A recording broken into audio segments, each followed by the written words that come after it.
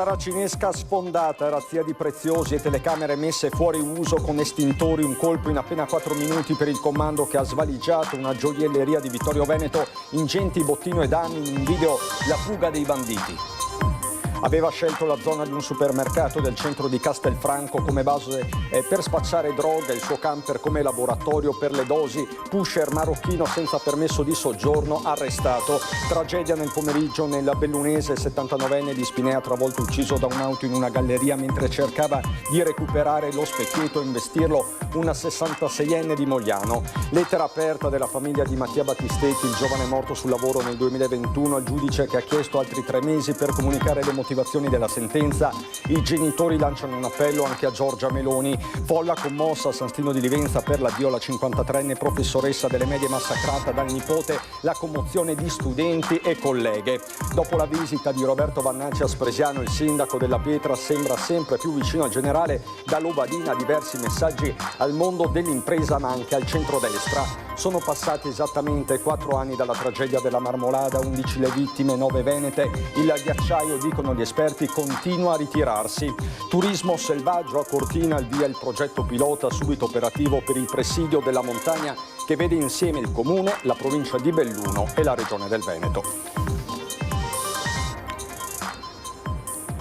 Bentrovati, buonasera telespettatrici e telespettatori di Antenna 3. Dunque la cronaca in primo piano per questa edizione trevigiana dei nostri telegiornali, con il colpo che è stato messo a segno nella notte a Vittorio Veneto in una gioielleria, un colpo che si è consumato in appena 4 minuti. Vi possiamo proporre anche il video della fuga di questi banditi nel servizio di Mirko Cavallino con immagini di Nicoletta Rizzetto.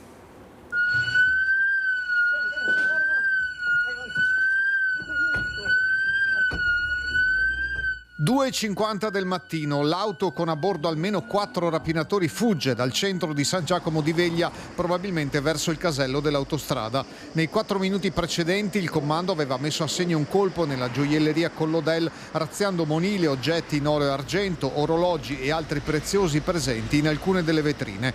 Attrezzati di tutto punto hanno prima sventrato la Saracinesca, poi scardinato la porta blindata. Probabilmente sono delle persone che sono dei professionisti, quindi non hanno raggiunto San Giacomo, la mia gioielleria, casualmente, e hanno anche provato in altri luoghi.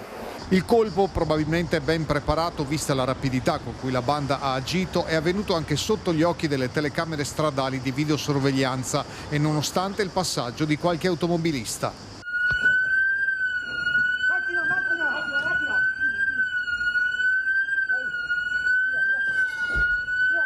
Sicuramente erano preparati, hanno usato anche degli istintori per coprire la loro fuga, l'hanno usata contro la vigilanza del Compiano, l'hanno usata contro un ragazzo che abita negli appartamenti sopra, che ha provato a filmare questo colpo, e loro gli hanno agito contro questo istintore brandendo questa polvere nei suoi confronti. La macchina era parcheggiata così e dopo ho preso il telefono per fare il video. Dopo, quando il carabinieri è venuto, ho dato a loro solo questo. E loro avevano anche un estintore, cosa hanno fatto con l'estintore? L'estintore per mettere sui passeggeri che passano, perché quando ci passa così tu non vedi niente per quella. L'hanno usato anche verso il vostro appartamento? Ecco, sì. Hanno usato perché la finestra è aperta, perché adesso fa caldo, tutta è entrata dentro là. Adesso la terrazza tutta è bianca, adesso vado a pulire adesso. Sul posto, ma a fuga ormai avvenuta, è arrivata la sorveglianza privata e una pattuglia dei carabinieri che indagano sull'accaduto anche con le immagini della videosorveglianza interna. Il titolare, che non ha ancora quantificato il bottino, ha scoperto il colpo solo dopo l'alba e dovrà ora cercare aiuto per far riparare quanto prima l'ingresso. Ho per fortuna amici che mi stanno vicino e che mi stanno aiutando in questo momento per riuscire a snellire la procedura di ripristino della struttura, anche perché non sarà facile rimettere a posto tutto il danno fatto. Resta ancora ricoverato in condizioni critiche in terapia intensiva al Cafoncello di Treviso uno dei 2 carabinieri coinvolti mercoledì sera in un grave incidente stradale a Falzè di Trevignano. Il 30enne resta in prognosi riservata, mentre il collega 32enne è stato portato e rimane in ambiente non intensivo. Confermate le prognosi degli occupanti dell'altro veicolo entrato in collisione con la Gazzella. Padre, madre e figli di 10 e 13 anni sono stabili. Per tutti e 4 al momento è stata confermata una prognosi di 30 giorni. Sempre per la cronaca, nella Castellana, nel cuore di Castelfranco Veneto, dove è stato scoperto un vero e proprio camper della droga. I dintorni di un supermercato di Castelfranco Veneto come base per lo spaccio di droga e un camper parcheggiato lì nei pressi come casa, nella quale la Guardia di Finanza di Castelfranco ha trovato nascosti 27 grammi di cocaina, 56 grammi di hashish, un bilancino elettronico e ben 8.750 euro in contanti. È finito così in manette, arrestato in flagranza di reato per detenzione ai fini di spaccio, un marocchino risultato poi anche irregolare in Italia, colto a vendere un grammo di hashish a 10 euro. Dopo varie attività di monitoraggio, sopralluoghi e approfondimenti, abbiamo deciso di intervenire durante una cessione, quindi ci siamo praticamente appostati nei pressi di questo camper dove il soggetto viveva e siamo intervenuti nel momento in cui stava vendendo circa 1 grammo di hashish a un cliente. Lo spacciatore infatti riceveva i numerosi clienti a qualsiasi ora del giorno e della notte fuori dal camper, utilizzato come vero e proprio laboratorio dove preparare la merce richiesta. Il cliente è stato invece identificato dai finanzieri, che inizialmente ha provato a negare, dopodiché ci ha confessato che aveva effettivamente acquistato questa sostanza da questo soggetto di nazionalità nordafricana, quindi lui l'abbiamo segnalato amministrativamente alla prefettura. Il cittadino marocchino è risultato poi senza permesso di soggiorno, mentre il camper è stato perquisito anche con l'aiuto del cane antidroga e sequestrato. L'arrestato è stato trasferito nel carcere di Treviso e ora proseguono le attività per la possibile espulsione, così come le indagini per ricostruire dove acquistasse la droga e risalire eventuali altre persone coinvolte.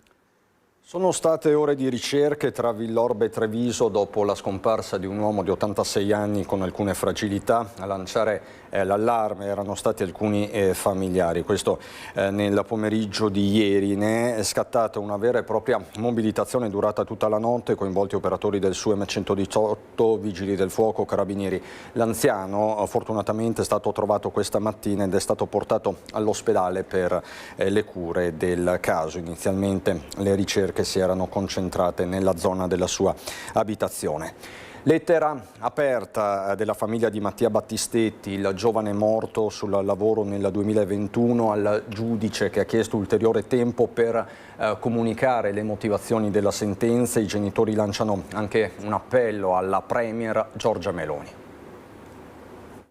Con rispetto e disappunto prendono atto del ritardo. Il giudice si era preso 3 mesi di tempo per depositare le motivazioni della sentenza e ora ha chiesto ulteriori 3 mesi per la complessità delle posizioni degli imputati. I genitori di Mattia Battistetti, morto sul lavoro nell'aprile del 2021 a Montebelluna, hanno deciso di scrivere così, insieme al loro avvocato, una lettera al giudice con la quale prendono atto del ritardo, con rispetto perché si rendono conto della mole di impegni, ma anche con disappunto perché la completa verità sulla morte di Mattia si allontana ancora. Rispetto per la giudice perché capiamo benissimo la sua mole di lavoro, però questo tempo che si allunga ancora per noi è veramente un disastro, ci sta massacrando perché è un prolungare ancora la richiesta di giustizia che stiamo facendo ormai da 5 anni. Al rispetto e al disappunto, si legge nella lettera, si aggiungono anche sorpresa e amarezza.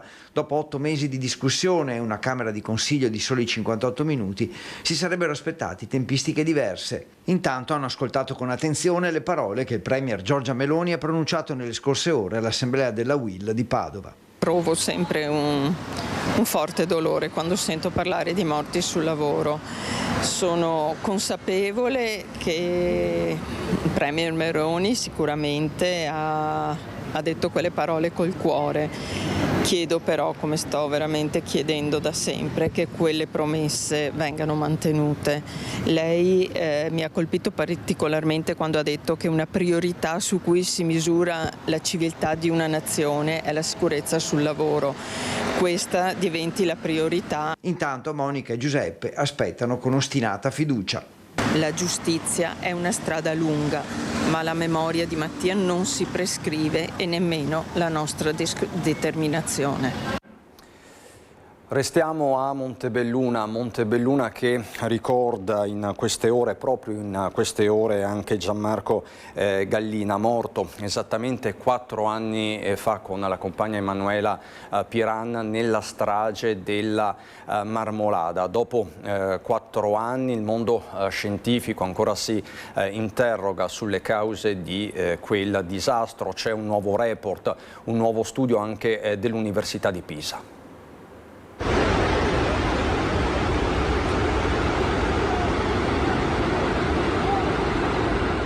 4 anni dopo continua a fare rumore il crollo del Seracco di Punta Rocca, con tutto il suo carico di dolore e di assenze che pesano su intere famiglie e comunità. 11 furono le vittime, di queste 9 i veneti. C'è un prima e un dopo quel 3 luglio 2022, forse la consapevolezza di un evento divenuto simbolo della crisi climatica, a dirlo anche i numeri aggiornati dell'Università di Padova. Nel 2025 le fronti sono arretrate in media di 7 metri, con un assottigliamento progressivo del ghiaccio e la comparsa di finestre rocciose sempre più ampie all'interno del corpo glaciale. Ma il dato singolo diventa trend se si guarda agli ultimi 120 anni. Dal 1905 il ghiacciaio ha perduto oltre il 90% del suo volume e purtroppo la sua scomparsa è attesa entro pochi decenni. Su presente e futuro della Marmolada sono in tanti a interrogarsi. Uno studio dell'Università di Pisa pubblicato in questi giorni fa sapere che il ghiacciaio al momento della tragedia 4 anni fa si trovava in una condizione di equilibrio critico. L'aumento della temperatura all'interno del ghiaccio aveva agito in sinergia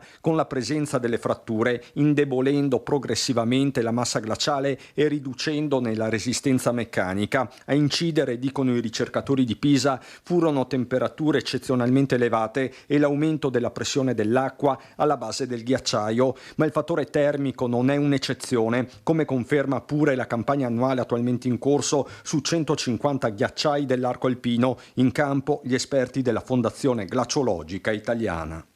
L'ondata di calore di queste settimane aggrava il quadro, lo zero termico ha superato i 4.500 metri e la fusione, in assenza di neve protettiva, sta consumando direttamente il ghiaccio vivo.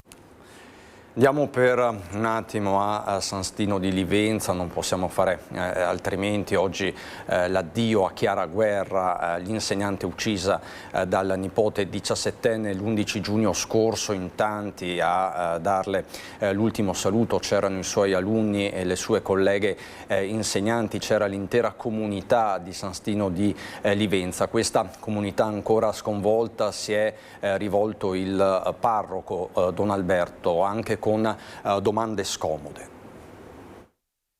Credo che ognuno di noi è proprio un po' affaticato, stanco, oppresso da questo mondo che non solo è variegato ma è avariato.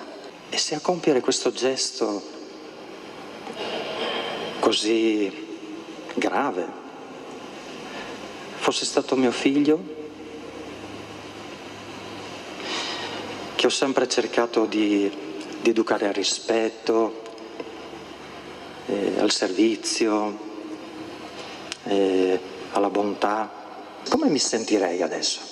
Sono domande e riflessioni che scuotono le coscienze, quelle che Don Alberto Arcicasa fa all'intera comunità di San Stino di Livenza nel giorno dell'ultimo saluto a Chiara Guerra, la donna uccisa dal nipote 17enne con 42 coltellate prima di essere caricata su una carriola e gettata nel canale che costeggia il paese. Era l'11 giugno scorso. Parla di una morte che esige rispetto, Don Alberto, specie quando diventa una tragedia per tutti.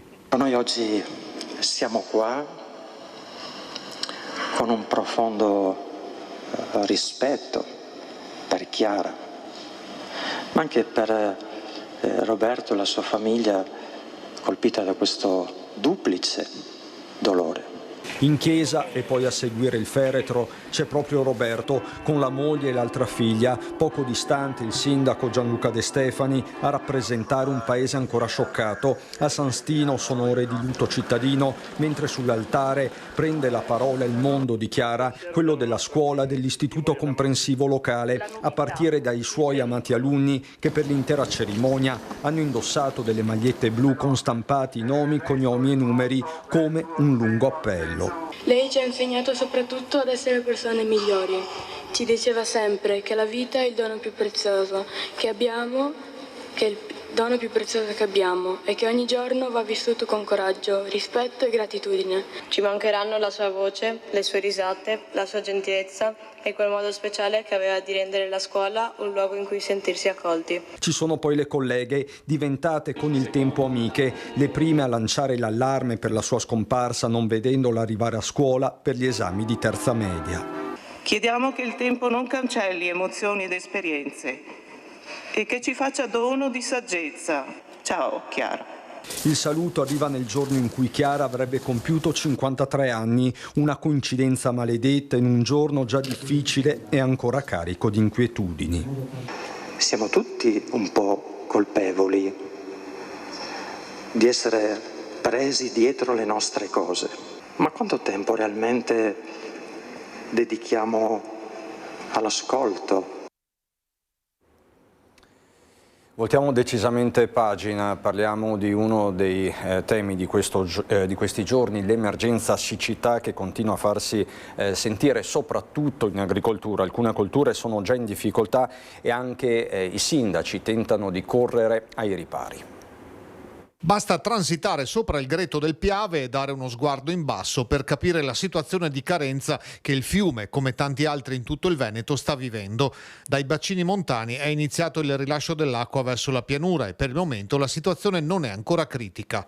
Per quanto riguarda il bacino del Piave è una situazione che possiamo considerare sotto controllo.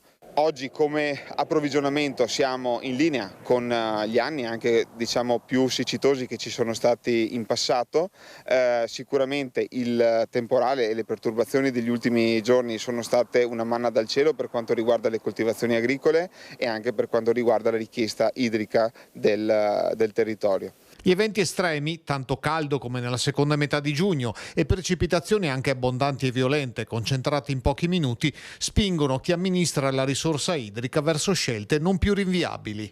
Sempre di più siamo costretti a investire su situazioni di emergenza. Ecco, forse l'investimento più grande da qua nel prossimo futuro sarà quello di poter creare delle strutture che siano in grado di gestire sia eventi di troppa acqua ma anche eventi appunto quando manca la risorsa idrica in maniera tale da poterla garantire per le colture agricole. Ecco perché alcune colture in alcune zone sono già in evidente sofferenza. Il caldo anomalo di questo fine del mese di giugno ha chiaramente portato in sofferenza quelle culture dove non c'è una irrigazione strutturata e di conseguenza, come si può vedere, le piante cominciano a soffrire, cominciano ad ingiallirsi le foglie sulla fascia grappolo. Ecco, sicuramente le perturbazioni degli ultimi giorni hanno aiutato, però in situazioni come queste l'irrigazione strutturata e non quella di soccorso è la soluzione che aiuta a portare a termine il raccolto. Nell'ultimo decennio questo è già il terzo anno con siccità. Quando ci sono questi punti di partenza è importante riuscire a gestire la risorsa idrica nella maniera migliore possibile. Difatti anche l'ordinanza della Regione va in questo senso, nel cercare di ottimizzare e migliorare la gestione della risorsa idrica affinché si possa perdurare poi nel tempo il proprio utilizzo.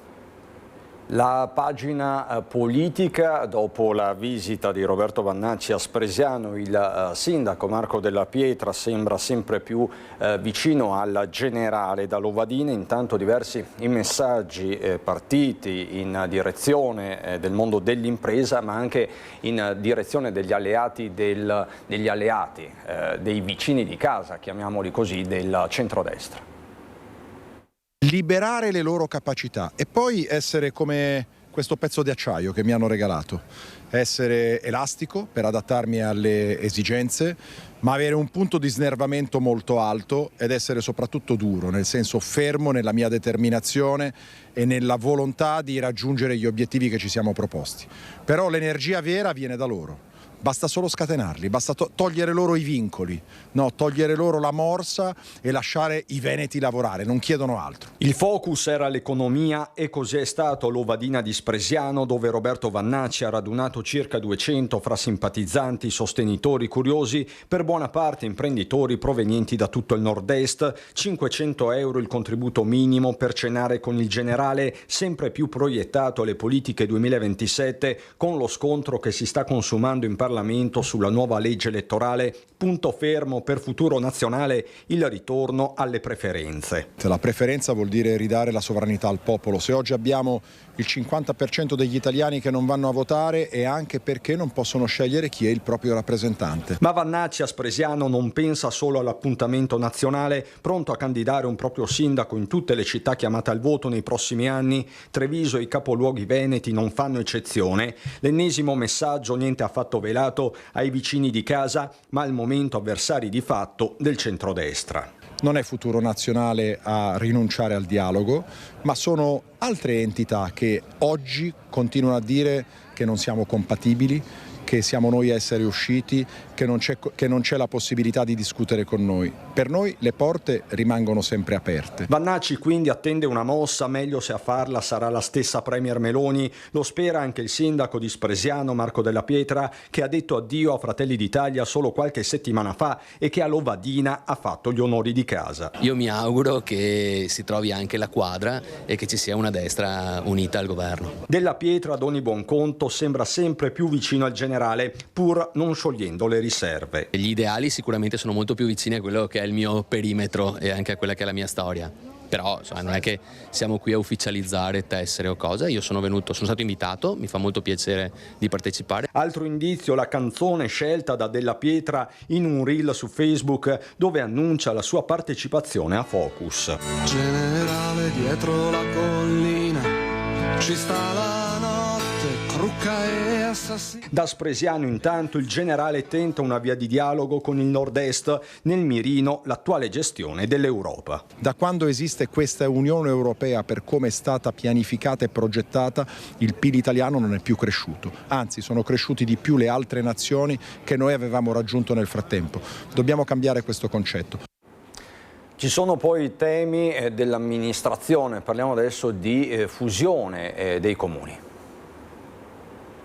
Castelcucco e Cavaso del Tomba in provincia di Treviso, Granze e Sant'Elena d'Este nel Padovano, Bressanvido, Quinto e Bolzano Vicentino sono i comuni che hanno avviato ufficialmente la procedura per la fusione. L'assessore regionale agli enti locali Marco Zecchinato spinge per portare da 559 a 500 il totale dei municipi. In Veneto un quarto dei comuni ha meno di 3.000 abitanti, una quarantina sono sotto i 1.000. Tra i primi cittadini della Pedemontana del Grappa gli orientamenti sono variegati. Attualmente noi siamo quasi 6.000 abitanti e per il momento non abbiamo nessuna intenzione di fusione con altri comuni, cosa che invece pensiamo sempre di portare avanti, invece mettere insieme eventualmente uffici ed andare in associazione con altri comuni per determinati aspetti, ma per il momento fusione noi non abbiamo ancora parlato, è ancora prematuro.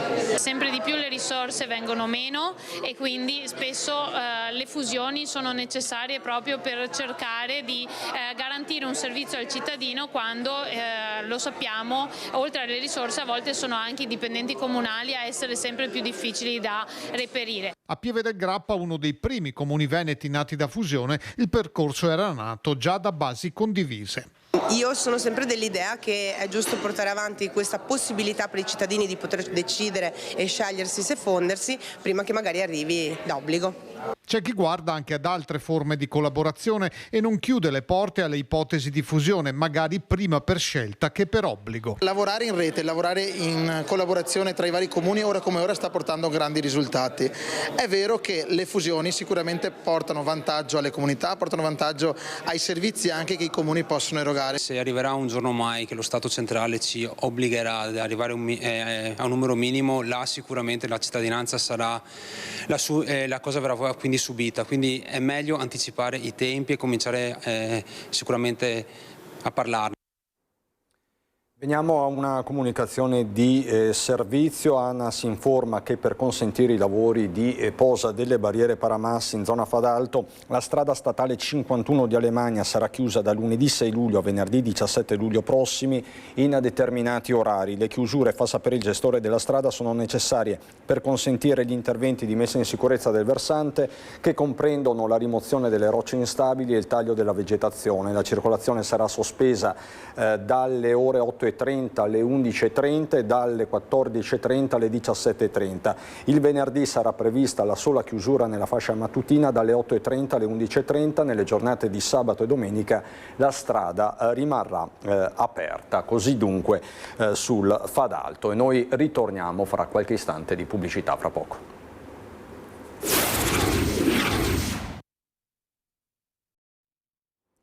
Di nuovo in diretta per andare a Farra di Soligo, dove la casa di riposo apre le porte agli animali domestici.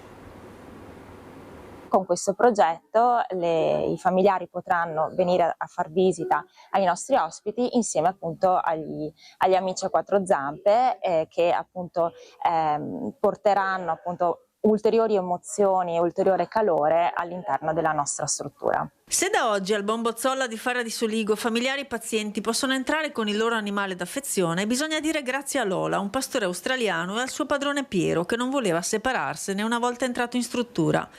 Oggi la cagnolina di 7 anni, scodinzolando, restituisce al suo padrone un pezzo di casa, dato che l'istituto, con il progetto Zampe in Visita, ha aperto le porte ai cani e ai gatti dei residenti, diventando una delle poche realtà in Italia a permettere in modo regolamentato e sicuro il ricongiungimento con i propri amici pelosi, riconoscendo così il valore profondo e familiare del legame che si crea. Sono molto contenta perché necessitava un po' la presenza del cane a mio marito.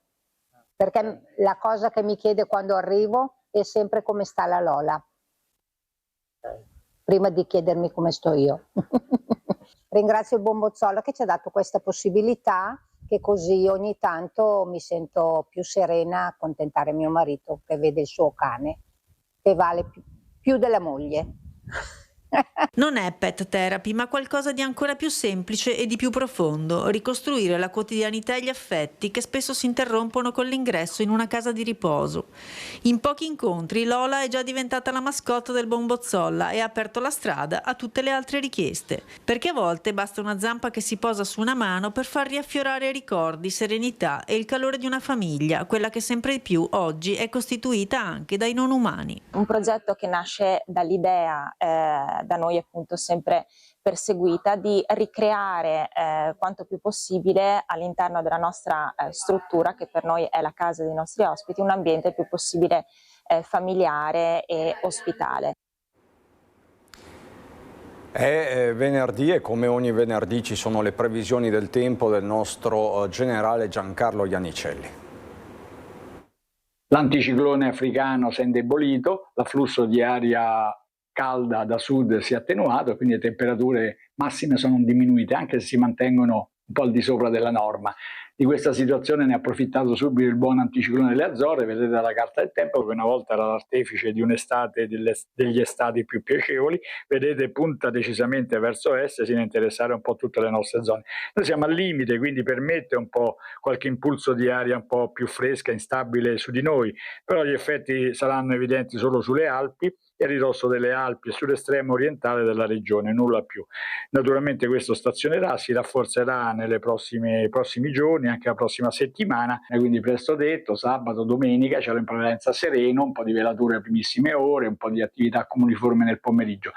Domenica sera potremo avere qualche fenomeno, qualche piccola precipitazione, ma nulla più, e poi da lunedì di nuovo cielo in prevalenza sereno per tutta la settimana. I venti sono deboli di direzione variabile, c'è la brezza naturalmente sulla costa, le temperature minime 20-21 gradi, le massime sono calate, quindi 30-31 gradi sabato, domenica, e poi purtroppo da lunedì tenderanno gradualmente ad aumentare e fine prossima settimana ancora 35 gradi naturalmente all'ombra. L'Alto Adriatico, per finire, è previsto poco mosso o quasi calmo. È tutto. Andiamo adesso a Belluno.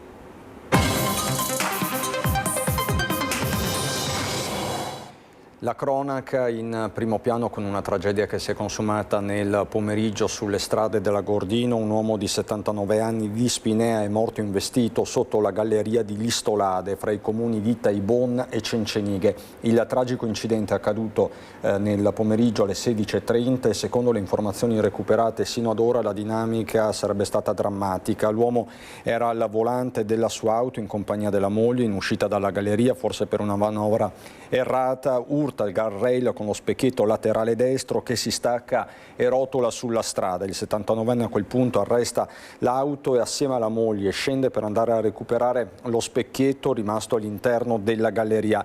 Un'azione fulminea quanto rischiosa. In quel momento infatti sopraggiunge un altro automobilista, 66 anni, di Mogliano, che non riesce a evitare il 79enne investendolo in pieno. L'allarme lanciato immediatamente ha fatto arrivare sul posto carabinieri e su M118. Per l'anziano non c'è stato nulla da fare, i soccorsi inutili. La moglie in stato di shock è stata accompagnata all'ospedale di Agordo. I rilievi hanno richiesto la chiusura della galleria di Listolade con inevitabili ripercussioni sul traffico del fine settimana. Le auto sono state deviate a senso unico alternato lungo la vecchia strada di Morbiac. Quindi questa la tragica dinamica dell'incidente, dell'ennesimo incidente mortale che si è registrato nel pomeriggio di oggi tra Taibona, Gordino e Cencenighe. Veniamo all'attualità, parliamo di Overtourism a Cortina, il via il progetto pilota subito operativo per il presidio della montagna che vede insieme il comune di Cortina, la provincia di Belluno e la regione del Veneto. La montagna bellunese e veneta non è Gardaland e il fenomeno dell'overtourism deve essere gestito e regolato. Parte da Cortina d'Ampezzo il progetto pilota che vede in prima fila comune, provincia e regione Veneto, protagonisti di uno storico accordo subito operativo che vedrà la polizia provinciale impegnata nel presidio del territorio comunale. È solo l'inizio, perché dovremo in qualche maniera non solo dispiegare le nostre forze di polizia provinciale, compresi anche i vigili comunali, ma dovremo anche in qualche maniera capire se diventiamo una nuova Gardaland per 3 mesi all'anno o se vogliamo regolare un'attività turistica importante. Un passo concreto per affrontare in modo condiviso la sfida al superaffollamento delle località montane, mettendo al centro la tutela del territorio e la qualità della vita della comunità. Mette subito le mani avanti l'assessore alla polizia locale di Cortina Stefano Ghezze. Non vogliamo controllare o limitare chi frequenta la montagna, tantomeno fare cassa con le sanzioni, ma lo spirito dell'accordo è quello di accompagnare i visitatori con una presenza qualificata, capace di fornire informazioni, prevenire comportamenti potenzialmente pericolosi e favorire una maggiore consapevolezza. È un progetto che è partito ancora durante le Olimpiadi, ne abbiamo discusso diverse volte in Casa Veneto, è stato tradotto con un accordo di programma tra la provincia e il comune e con la benedizione della regione del Veneto. Vorremmo in qualche maniera farlo in diverse parti della montagna veneta. Bond parla al telefono dal Passo Giau, dove l'overtourism si tocca con mano. Sono fermo proprio per fare l'intervista e ci sono 200 moto ferme davanti a me, che sono tutte Deutsche, Olanda, cioè ci dobbiamo capire, sì, giusto fare turismo, ma dobbiamo regolarlo. Il progetto è di tipo sperimentale, varrà al momento solo per i prossimi 3 mesi estivi, ma è già sulla carta una buona pratica da esportare anche in altri contesti. Abbiamo iniziato a Cortina perché già oggi a Cortina c'è tantissima gente, abbiamo iniziato a Cortina su luoghi dove vi è anche un parco, abbiamo iniziato a Cortina perché vi è disponibilità da parte del comune e gli fa onore. Però attenzione, questo bollo che abbiamo fatto a Cortina deve essere riproposto ad Asiago, deve essere riproposto sul Passo Giau, deve essere riproposto ad Arabba, deve essere riproposto in tante altre parti, perché lei me lo insegna che la confusione alla fine non porta a tensione, ma porta fondamentalmente allontanamento. Noi non ci possiamo permettere di rovinare le Dolomiti con un overturismo non controllato. E c'è un'altra allerta specifica con la CISL, funzione pubblica, che lancia l'allarme sulla situazione degli uffici periferici dello Stato in provincia di Belluno. Secondo il sindacato le carenze di organico vanno dal 40 all'80% e mettono a rischio il funzionamento di servizi essenziali come prefettura, questura, tribunale, motorizzazione e INPS. Particolarmente critica la situazione della questura. Entro fine anno, con i pensionamenti, resteranno in servizio appena 10 dipendenti civili sui 31 previsti. Alla prefettura invece saranno operativi solo 20 lavoratori su 56. La CISL, funzione pubblica, chiede al Ministro dell'Interno assunzioni, mobilità straordinaria e soprattutto il riconoscimento di Belluno come sede disagiata con una indennità dedicata per rendere il territorio più attrattivo e garantire la continuità dei servizi ai cittadini. La politica ora con il senatore Luca De Carlo che getta acqua sul fuoco divampato fra i Fratelli d'Italia a Palazzo Rosso. Ad accendere le polveri le dichiarazioni esclusive rilasciate ai nostri microfoni dalla consigliera Valentina Dalla Corte.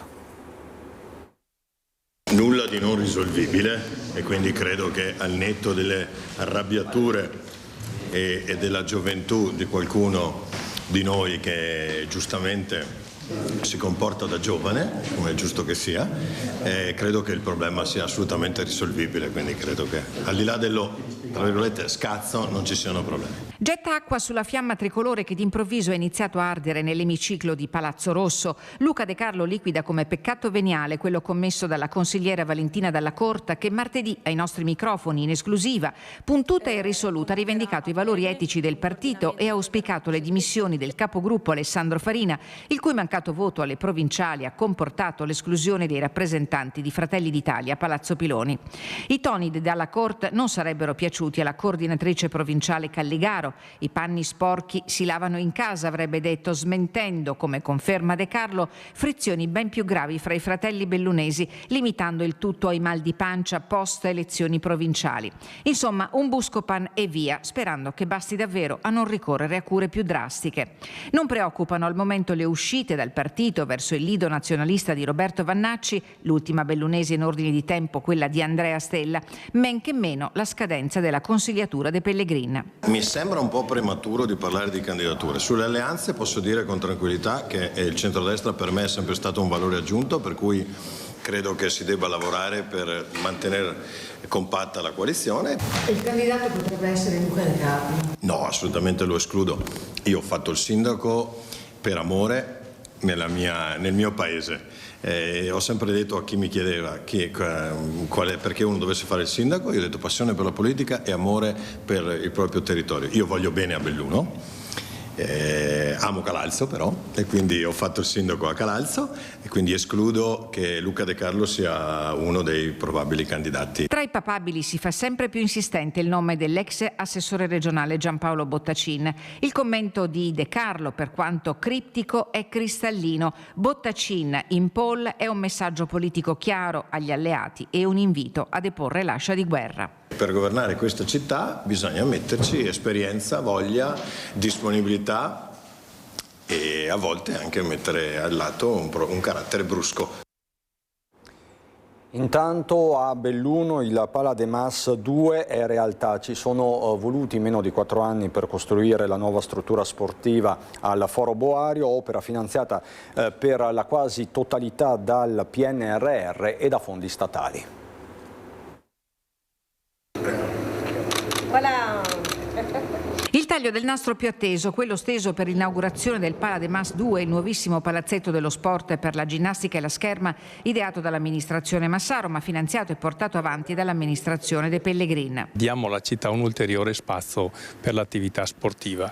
Non è stato facile, l'iter è stato lungo e molto faticoso, ma abbiamo ereditato dalla precedente amministrazione questo finanziamento del Consiglio dei Ministri di 1,5 milioni. Ma non sono bastati. In itinere il rincaro delle materie prime ha fatto aumentare i costi e la somma originariamente prevista di 1,5 milioni di euro è stata implementata dal Fondo straordinario statale di oltre 800.000 euro e dalla Cassa di Palazzo Rosso, che è intervenuta con quasi 200.000 euro. Oggi doniamo questo impianto che è pensato per dare la possibilità alla scherma e alla ginnastica di avere degli ambienti idonei per andare a svolgere le loro attività, che in questi anni si svolgevano in altri palazzetti, sempre portando materiale ogni ora di utilizzo. Qui invece potranno avere una sede stabile. Tutte del territorio le imprese impegnate nella costruzione ex novo dello stabile al Foro Boario, dotato delle migliori tecnologie a basso impatto energetico, per l'impianto che assieme al Pala de Mas diverrà il vero e proprio polo sportivo della città. Probabilmente riusciremo ad inserire anche più società sportive nella zona della scherma, perché con l'utilizzo di pavimentazione tipo tatami sarà probabilmente utilizzabile anche da arti marziali, da ginnastica dolce, yoga, pilates, quindi diventerà un altro centro in cui più associazioni sportive e più giovani potranno trovare degli spazi. Resta il nodo delle tariffe a carico delle società utilizzatrici dell'impianto. Come tutti gli impianti sportivi saranno affidati la gestione alla Sportivamente, quindi la nostra partecipata, che farà un bando per l'utilizzo degli spazi, quindi non vedo assolutamente nessuna problematica. Ritorniamo sull'incidente mortale che si è registrato a Listolade alle 16:30 del pomeriggio. Siamo tra i comuni di Taibon, Agordino e Cencenighe. La vittima, il 79enne, è Roberto Penso di Spinea. Stava viaggiando con la moglie, classe 1950, Valeria Lupo, che adesso appunto è all'ospedale di Agordo sotto shock. Vi ho già detto della dinamica. L'uomo a quanto pare era al volante della sua auto in compagnia della moglie quando in uscita dalla galleria, forse per una manovra errata, ha urtato il guardrail con lo specchietto laterale destro, che si è staccato e poi è rotolato sulla strada. A quel punto il 79enne ha arrestato l'auto e assieme alla moglie è sceso per andare a recuperare lo specchietto rimasto all'interno della galleria. Qui è stato investito dall'auto condotta da una 66enne di Mogliano Veneto. Chiaramente le indagini sono tuttora in corso in Agordino e sono state affidate ai carabinieri. Non ho ulteriori aggiornamenti da darvi né dalla provincia di Belluno né dalla Marca Trevigiana, e quindi tutto. Subito dopo la sigla c'è il meteo. Buona serata.